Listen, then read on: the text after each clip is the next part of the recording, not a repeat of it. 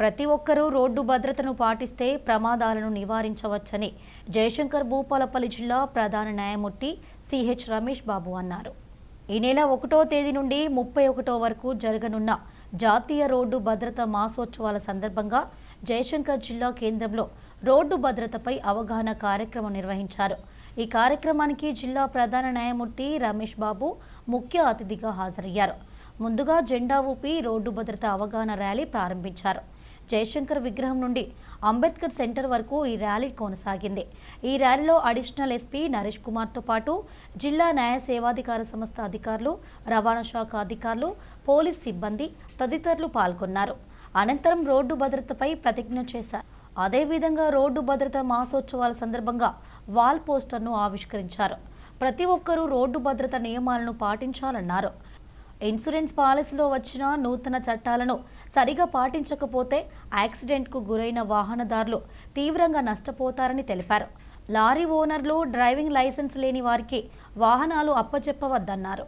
ఈ రోడ్డు భద్రతా వారోత్సవాల సందర్భంగా ఈ భూపాలపల్లి ప్రజలందరికీ ముఖ్యంగా నేను చెప్పేది ఏంటంటే, ఇక్కడ ముఖ్యంగా ఈ ఇసుక లారీలు కానీ, ఈ బొగ్గు లారీలు కానీ, ఈ ఆటోలు కానీ చాలా యాక్సిడెంట్లు గురవుతున్నాయి. వీళ్ళందరూ కూడా భద్రతా విషయాలన్నీ పాటిస్తే చాలా వరకు కూడా ఈ యాక్సిడెంట్లన్నింటినీ మనం నిరోధించవచ్చు. అదేవిధంగా రీసెంట్గా జరిగినటువంటి ఇన్సూరెన్స్ యాక్ట్లో ఉన్నటువంటి చాలా లాల యొక్క అమెండ్మెంట్స్ వచ్చినాయి.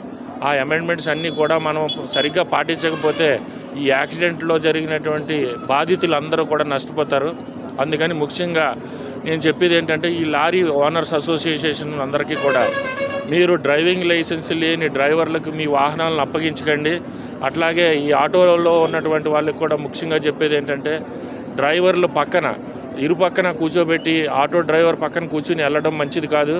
ఇప్పుడు ఉన్నటువంటి ఈ ఇన్సూరెన్స్ కంపెనీల యొక్క అమెండ్మెంట్ యాక్ట్ని ప్రకారం చూస్తే ఇది వరలో చాలా లిబరల్గా కాంపన్సేషన్ వచ్చేది బాధితులు కానీ, చనిపోయిన వాళ్ళకి కానీ, బంధువులకు కానీ ఇప్పుడు డ్రైవర్కి లైసెన్స్ లేకపోతే ఇన్సూరెన్స్ కవర్ అవ్వదు. అందుకని ఇవన్నీ దృష్టిలో పెట్టుకొని అందరూ బాధ్యతతో మెలగాలని, రోడ్డు భద్రతని, రోడ్ రూల్స్ని అందరూ పాటిస్తే మనం ఎన్నో విధంగా యాక్సిడెంట్లు కానీ మన క్రమశిక్షణ కూడా పెరుగుతుందని చెప్తూ మీ భూపాలపల్లి ప్రజలందరూ కూడా ఈ నియమాలన్నీ పాటించి మంచిగా ఉండాలని కోరుకుంటున్నాం.